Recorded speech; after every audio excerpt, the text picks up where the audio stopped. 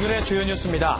검찰의 동양대 압수수색 이틀 전 조국 법무부 장관의 부인 정경심 교수가 자신의 연구실에서 노트북 가방을 들고 나오는 장면이 담긴 CCTV 화면을 MBN이 단독으로 입수했습니다. 검찰은 가방 안에 정 교수가 쓰던 노트북이 있을 수 있다고 보고 증거인멸 시도가 아닌지 의심하고 있습니다. 검찰이 웅동학원 비리 혐의로 청구했던 조국 법무부 장관 동생의 영장 기각과 관련해 재청구 방침을 밝혔습니다. 청와대 맞춤형 기각이라고 비난한 한국당은 오늘 대법원 앞에서 현장 국정감사 대책회의를 열 계획입니다. 버닝썬 사건 연루 의혹을 받는 윤모 총경이 구속됐습니다. 검찰이 윤 총경의 신병을 확보함에 따라 버닝썬 사건의 윗선을 캐는 수사에 속도가 붙을 것으로 보입니다. 영국 등 유럽 6개국이 북한의 잠수함 발사 탄도미사일 시험 발사를 규탄하는 공동성명을 발표한 것과 관련해 엄중한 도발이라며 반발했습니다. 북한은 외무성 대변인 담화를 통해 인내심에도 한계가 있다며 미국에 맞대응할 수 있지만 자제하고 있다고 밝혔습니다. 일본의 수출 규제 100일인 오늘 스위스 제네바에서 WTO 양자 협의가 열립니다. 일본을 제소한 우리 정부는 WTO 규정 위반 부분을 집중 제기할 방침입니다. 축구대표팀이 카타르 월드컵 2차 예선에서 스리랑카를 8대 0으로 물리쳤습니다. 프로야구 준플레이오프에선 키움이 LG를 꺾고 SK와 2년 연속 플레이오프에서 격돌하게 됐습니다. 여러분 안녕하십니까? 굿모닝 MBN입니다. 지금까지 조국 장관의 부인 정경심 교수는 중요 증거를 없앤 것 아니냐는 의혹을 받았는데요. 정 교수가 자신이 근무했던 동양대학교에서 직접 노트북 가방을 갖고 나오는 장면을 MBN이 입수했습니다. 검찰은 이 가방 안에 지금은 행방이 묘연한 정 교수의 노트북이 있었을 것으로 보고 증거인멸 정황으로 의심하고 있습니다. 이혁근 기자의 단독 보도입니다. 8월 31일 밤 11시 45분쯤 정경심 교수가 동양대 연구실에 모습을 보입니다. 잠시 뒤 조국 장관 가족의 자산 관리인 김경록 씨는 손에 드라이버를 들고 정 교수의 연구실로 향합니다. 자정이 되자 김 씨가 한 손에 PC를 들고 빠져나가고 정 교수는 김 씨를 배웅한 뒤 다시 연구실로 발걸음을 옮깁니다. 다음 날 아침 9시쯤 이번엔 정 교수가 연구실을 나섭니다. 검은 모자에 큰 가방을 등에 맸는데 오른손에 든 노트북 가방이 눈에 띕니다. 검찰은 가방 안에 정 교수가 사용하던 노트북과 관련 서류 등이 있던 것으로 의심하고 있습니다. 하지만 현재 이 가방의 행방은 묘연합니다. 정 교수는 동양대 자료 반출에 대해 개강 준비를 하면서 수업 자료를 정리하던 것이라는 해명을 내놓은 바 있습니다. CCTV를 확보한 검찰은 정 교수와 김 씨가 동양대에 남아있던 핵심 증거를 없애는데 함께 관여한 것으로 보고 있습니다.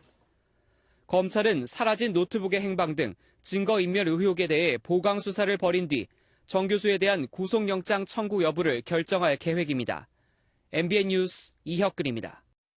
검찰이 웅동학원 비리 의혹을 받는 조국 법무부 장관의 동생에 대해 영장을 재청구하겠다는 방침을 밝혔습니다.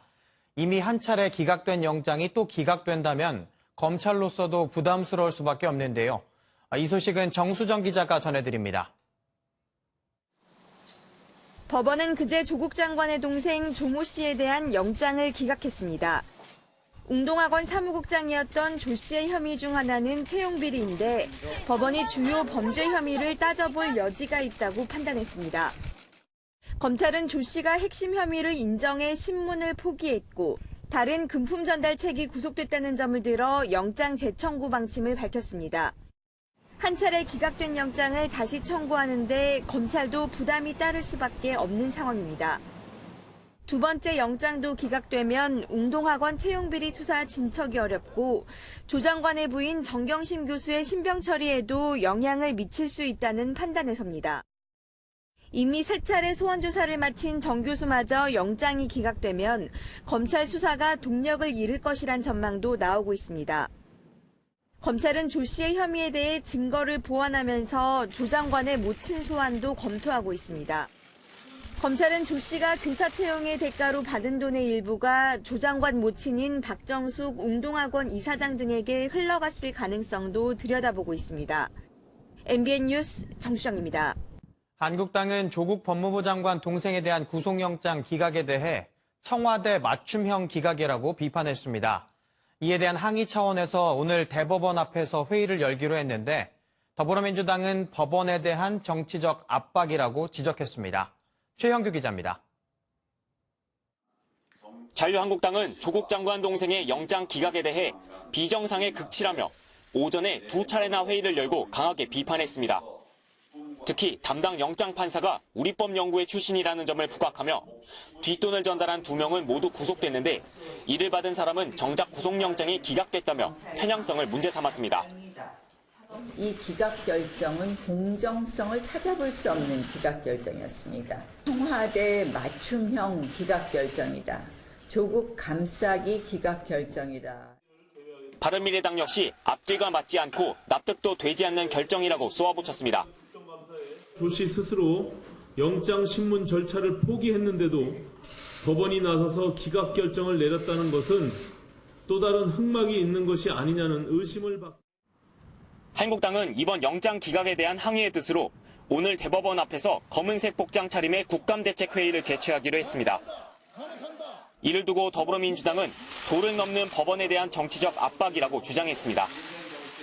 대법원 등에 대한 항의 방문 계획까지 밝히면서 사법부에 노골적으로 압력을 가하는 행위는 그 자체로서 재판 관여 행위입니다. 여야가 연일 영장 기각을 두고 신경전을 벌인 가운데 오는 14일 열리는 서울중앙지법 국정감사에 대한 관심도 높아지고 있습니다. MBN 뉴스 최영규입니다. 조국 법무부 장관 일가의 자산관리인 김경록 씨의 인터뷰가 유시민 이사장이 진행하는 유튜브 방송에 공개되자 짜깁기 편집이다, 편파 편집이다 이런 논란이 불거졌는데요. 유 이사장 측은 이를 일축하듯 인터뷰 녹취록 전문과 김 씨가 어제 오전에 유 이사장에게 보냈다는 감사의 문자를 함께 공개했습니다. 조경진 기자가 보도합니다. 유시민 이사장이 진행하는 유튜브 방송에는 정경심 동양대 교수의 자산관리인 김경록 씨의 인터뷰가 전체에 20분 정도만 공개됐습니다. 근데요, 제가 3번, 4번 총 만났거든요. 항상 그 말씀을 하셨어요. 항상 고맙다고. 네. 그렇게 검찰에 진술을 했어요. 나중 되니까 PC 교체해줘서 고맙다라고 기사가 그렇게 돼버리더라고요. 김 씨는 또 자신과 인터뷰한 KBS를 거론하며 언론 보도에 대한 불신도 숨기지 않았습니다. 하지만 이를 두고 편파 편집 논란이 일파만파 커졌습니다. 김 씨가 증거인멸 혐의를 인정하는 대목 등 조국 법무부 장관에게 불리한 부분은 짜깁기돼 방송됐다는 의혹이 제기됐습니다. 그러자 유 이사장 측은 김 씨의 사전 동의를 받았다며 1시간 30분 분량 A4 용지 26장의 인터뷰 녹취록 전문을 공개했습니다. 김 씨가 방송 직후 이뤄진 검찰 조사에서 유 이사장과의 인터뷰를 후회한다고 진술했다는 내용의 언론 보도를 반박하듯 유 이사장 측은 어제 오전 김 씨가 보낸 감사의 문자 메시지도 함께 공개했습니다. 공개된 문자에는 인터뷰 내용에 후회 없고 편집에도 아무런 문제가 없다는 김 씨의 입장이 담겼습니다. 이에 대해 검찰 측은 김 씨가 검찰에 와서 어떤 내용의 이야기를 했는지는 밝힐 수 없다며 녹취록과 방송을 비교해 판단하는 것, 언론과 국민의 몫이라고 논란을 일축했습니다. MBN 뉴스 조경진입니다. 유시민 노무현재단 이사장과 김경록 씨의 인터뷰가 방송된 당일 검찰이 김 씨를 전격 소환하면서 보복 조사가 아니냐는 논란도 일었습니다. 검찰은 해당 의혹을 부인하는가 하면 유 이사장에 대해 강한 유감을 표명했습니다. 임성재 기자입니다. 검찰이 정경심 교수의 자산관리인 김경록 씨를 불러 조사한 건 지난 8일 저녁 7시 반부터 밤 11시까지입니다. 공교롭게도 소환 시점이 유시민 이사장과의 인터뷰가 방송된 날짜와 겹쳐 일각에선 보복성 조사가 아니냐는 의혹이 제기됐습니다. 검찰의 불편함이 어제 심야 조사로 이어진 건 아닌지 의심스럽습니다. 다분히 압력성, 보복성 조사의 우려가 커 보입니다. 이에 대해 검찰은 특정 방송 때문에 김 씨를 소환 조사했다는 주장은 사실이 아니라며 강한 유감을 나타냈습니다. 검찰 관계자는 문제가 된 10월 8일 오전에 이미 김 씨 측과 소환 일정이 조율된 상태였다면서 조율 과정에서 김 씨 측이 개인사를 이유로 오후 7시 이후에 출석이 가능하다고 밝혀온 것이라고 반박했습니다. 검찰은 김 씨가 조사가 필요하면 조사할 수 있는 증거인멸 혐의의 피의자 신분이란 점을 재차 강조하면서 어제도 김 씨를 소환했습니다. 유 이사장에 대해서도 객관적으로 사실과 다른 주장을 계속하고 있는 부분에 대해 유감이라고 밝혔습니다. 유 이사장은 지난 1일 한 언론과의 인터뷰에서 조국 장관 일가 수사와 관련해 간단한 사건인데 7월 말부터 검찰 내사 단계까지 2달 이상 했다고 주장해 고발을 당한 바 있습니다. MBN 뉴스 임성재입니다. 국민권익위원회 국정감사에서도 조국 법무부 장관 이야기가 빠지지 않았습니다. 이해충돌 문제를 놓고 여야 간 공방이 벌어진 건데요. 감사원에서는 검찰청에 대한 감사 여부가 도마 위에 올랐습니다. 신동규 기자입니다. 국민권익위원회 국정감사장에선 가족이 검찰 수사를 받는 중에도 조국 법무부 장관이 계속 직무를 수행해도 되는지를 놓고 여야 간 설전이 벌어졌습니다. 검찰을 압박하고 조국 일가족의 수사를 방해하고 있다고 직무를 이용해서 사적 이익을 명백하게 추구하는 행위라고 이렇게 보여지거든요. 5억만 가지고 마치 어떤 이해충돌에 해당하는 것처럼 주장하거나 이야기하는 맞지 않다고 생각하는데 어떠세요? 국민권익위원회는 조 장관의 직무 수행은 이해충돌 소지가 있음을 인정했지만 최종 판단은 유보했습니다. 직무 관련자가 이해관계자일 경우에는 권한을 행사했는가 여부를 떠나서 신고를 하도록 그렇게 되어 있습니다. 다만 그 조국 장관은 여러 차례 가족 수사 관련해서는 관여하지 않겠다고 했으니까. 감사원 국감장에선 검찰 수사에 대한 압력이 논란이 됐습니다. 국무총리까지 나서시고 여당의 대표까지 나서시고 그리고 급기야는 대통령까지 나서서 특정 사건을 언급하는 정치에서의 독립이라는 국민의 요구에 명백히 반하는 형태라고 생각하지 않으십니까? 감사원은 내년으로 예정된 검찰청 감사를 충실히 하겠다고 답했습니다. 직접 수사 관련되지 않은 다른 분야들은 저희들이 얼마든지 감사할 수 있는 검찰권이 적절히 행사될 수 있는데 기여할 수 있도록 감사원의 감사 권한에 대해서는 충분히 행사하도록. MBN 뉴스 신흥입니다. 북한이 74번째 당 창건 기념일이었던 어제 외무성 담화를 통해 또 미국을 압박했습니다. 대륙간 탄도미사일 ICBM을 거론하며 인내심에 한계가 있다는 말로 비핵화 협상을 염두에 둔 강경 발언을 내놨습니다. 연장현 기자가 보도합니다. 유럽 6개국이 북한의 잠수함 발사 탄도미사일 SLBM 시험 발사를 규탄하는 공동성명을 발표한 것에 대해 북한이 엄중한 도발이라고 반발했습니다. 북한 외무성은 담화를 통해 우리의 인내심에도 한계가 있으며 지금까지 자제해온 모든 것이 무한정 계속된다는 법은 없다고 경고했습니다. 그 어떤 끔찍한 사변이 차려질 수 있겠는지 누가 알겠습니까? 계산법이 어떤 법인지. 우리가 다 제안을 해놨으니까. 그러면서 미국의 ICBM 시험 발사와 같은 수준으로 맞대응할 수도 있지만 시기상조란 판단에 자제하고 있을 뿐이라고 덧붙였습니다. 미국 측은 어제까지 3일 연속 한반도 인근의 정찰기를 급파해 북한의 혹시 모를 무력 도발에 대비했습니다. 하지만 북한이 실제 군사 도발에 나설 확률은 낮아 보입니다. 현 시점에서 북한의 최우선 과제는 대북 제재 완화나 해제를 통한 경제 회복인데 섣불리 군사력을 동원했다간 역풍을 맞을 수 있기 때문입니다.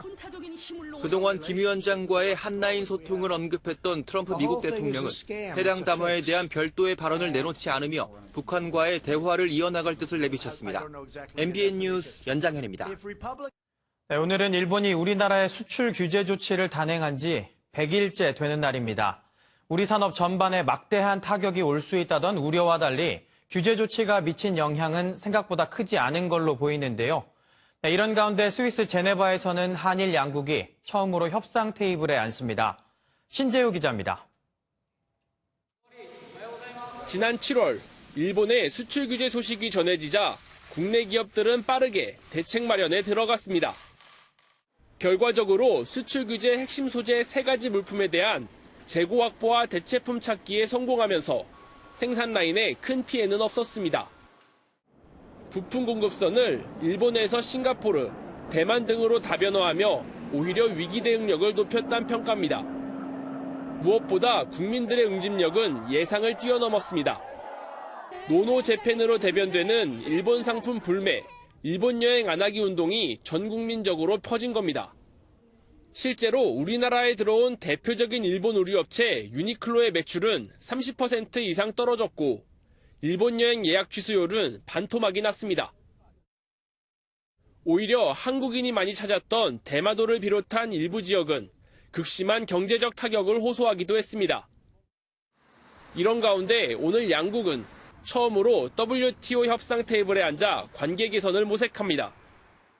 저희가 생각하는 문제점과 WTO 비합치성을 저희가 분명히 제기를 할 거고요.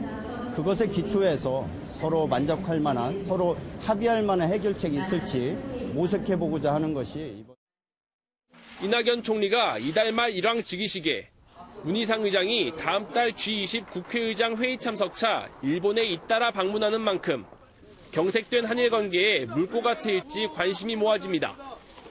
MBN 뉴스 신재우입니다. 철도노조가 오늘 오전 9시부터 파업에 돌입하면서 당장 KTX나 새마을호 등을 이용하는 승객들의 피해가 우려되고 있습니다. 특히 미리 티켓을 예매했던 분들은 예약한 열차가 운행하는지 여부부터 꼼꼼히 챙기셔야겠습니다. 이병주 기자의 보도입니다. 오늘 오전 9시부터 다음 주 월요일 오전 9시까지 사흘간 철도노조가 파업에 돌입합니다. 당장 오전 열차부터 차질이 불가피합니다. 평소와 비교하면 KTX는 10대 중 7대 정도만 운행하고 새마을호와 무궁화호도 60%대로 운행률이 떨어집니다. 심지어 화물열차의 경우 3대 중 2대가 멈춰설 것으로 보여 물류 차질까지 우려됩니다. 국토교통부와 철도공사 측은 동원 가능한 대체 인력을 최대한 투입한다는 계획이지만 평소 대비 60% 수준에 그치는 만큼 미리 열차 운행 여부를 확인해달라고 당부했습니다.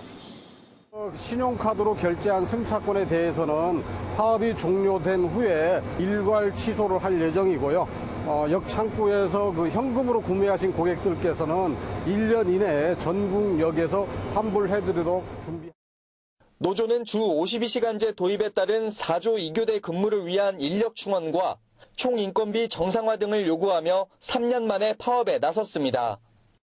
철도 안전을 위한 인력들이 많이 감축된 상황입니다. 제대로 된 철도의 안전, 공공성 강화를 위해서는 적정한 인력들이 충원돼야 되고 의견차가 좁혀지지 않을 경우 총파업도 불사하겠다는 입장입니다.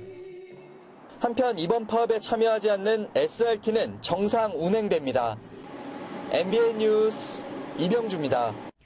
어젯밤 부산에서 택시를 추돌한 버스가 하천으로 빠지는 사고가 발생했습니다. 또 주차해놓은 유치원 통학버스에서는 불이 나기도 했습니다. 사건 사고 소식 구경호 기자입니다. 승용차라고 보기 어려울 정도로 택시가 종이장처럼 구겨져 도로 옆 가로수에 처박혀 있습니다. 구조대원들은 절단기로 구겨진 차량을 절단해 갇힌 운전자를 구조합니다. 택시와 추돌한 통근버스는 인근 하천으로 추락해 바퀴까지 물에 잠겼지만 탑승한 11명은 곧바로 구조돼 병원으로 이송됐습니다. 경찰은 버스 운전자가 신호 위반을 한 것으로 보고 정확한 경위를 조사하고 있습니다. 어젯밤 11시 40분쯤 서울 장안동에서는 주차돼 있던 유치원 버스에 불이 났습니다. 불이 올마붙으면서 모두 3대가 탔지만 다행히 다친 사람은 없었습니다. 경찰과 소방당국은 차량 운전석 아래쪽에서 처음 연기가 발생했다는 목격자 진술을 토대로 화재 원인을 조사하고 있습니다. 서울 횡당동 지하 주점에서도 불이 나 소방대원들이 1시간 만에 불을 껐습니다.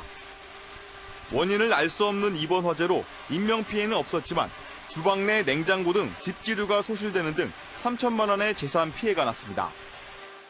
부산 괴정동의 한 식품 제조업체 사무실 건물에서는 고장난 화물 운반용 승강기가 추락해 작업하던 67살 박모 씨가 숨졌습니다. MBN 뉴스 구경호입니다.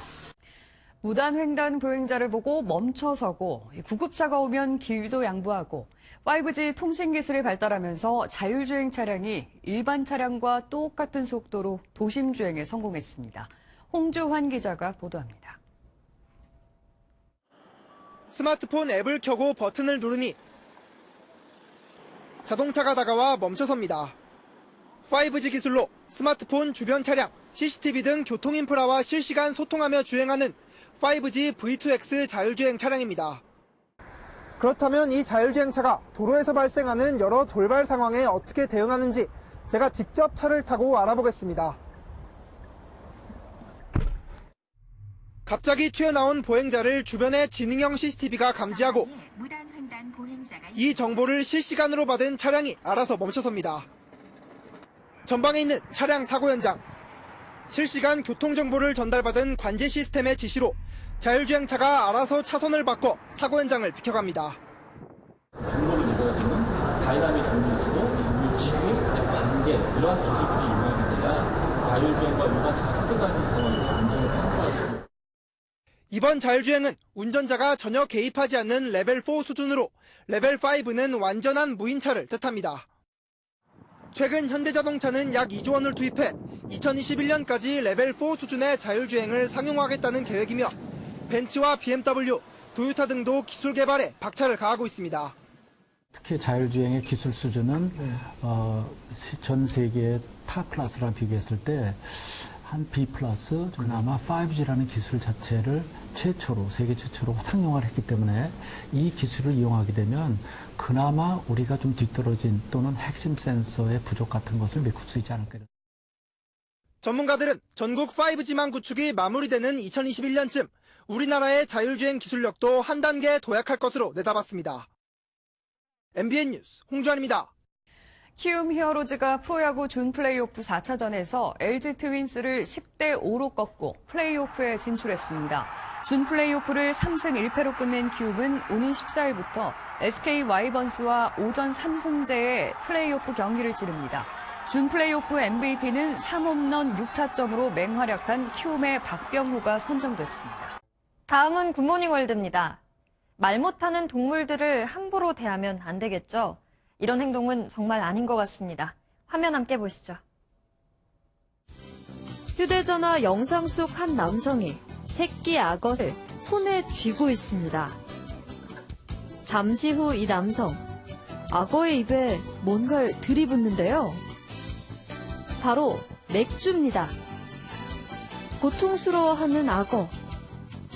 이거 엄연한 동물학대입니다. 이 영상이 인터넷에 공개되면서 이런 행동을 한 남성 2명은 동물학대죄로 경찰에 붙잡혔다고 하네요. 아파트 난간에 누군가 매달려 있는데요. 몸집이 작은 4살 배기 아이였습니다. 무슨 일인 걸까요? 중국의 한 아파트 건물 외벽. 4살 배기 아이가 난간 사이로 몸이 빠져 겨우 매달려 있습니다. 자칫 잘못하면 4층 높이에서 그대로 떨어질 수도 있는 상황인데요. 한 걸음에 달려온 구조대원이 아이를 진정시키면서 들어올립니다. 다행히 아무런 사고 없이 구조됐다고 하네요. 우리 집 자동차가 다람쥐의 보물창고가 돼버린다면 어떨까요? 무슨 말이냐고요? 영상 함께 보시죠. 자동차 보닛 안에 뭔가 가득 채워져 있는 이것. 바로 호두입니다. 차 주인이 차에서 타는 냄새가 나서 보닛을 열어봤더니 호두 200여 개가 있었는데요. 인근에 사는 다람쥐가 겨울을 대비해 차곡차곡 먹을거리를 쌓아둔 거였습니다. 1시간이나 걸려 청소를 해야 했고 다행히 다른 부품은 이상이 없었다고 하는데요.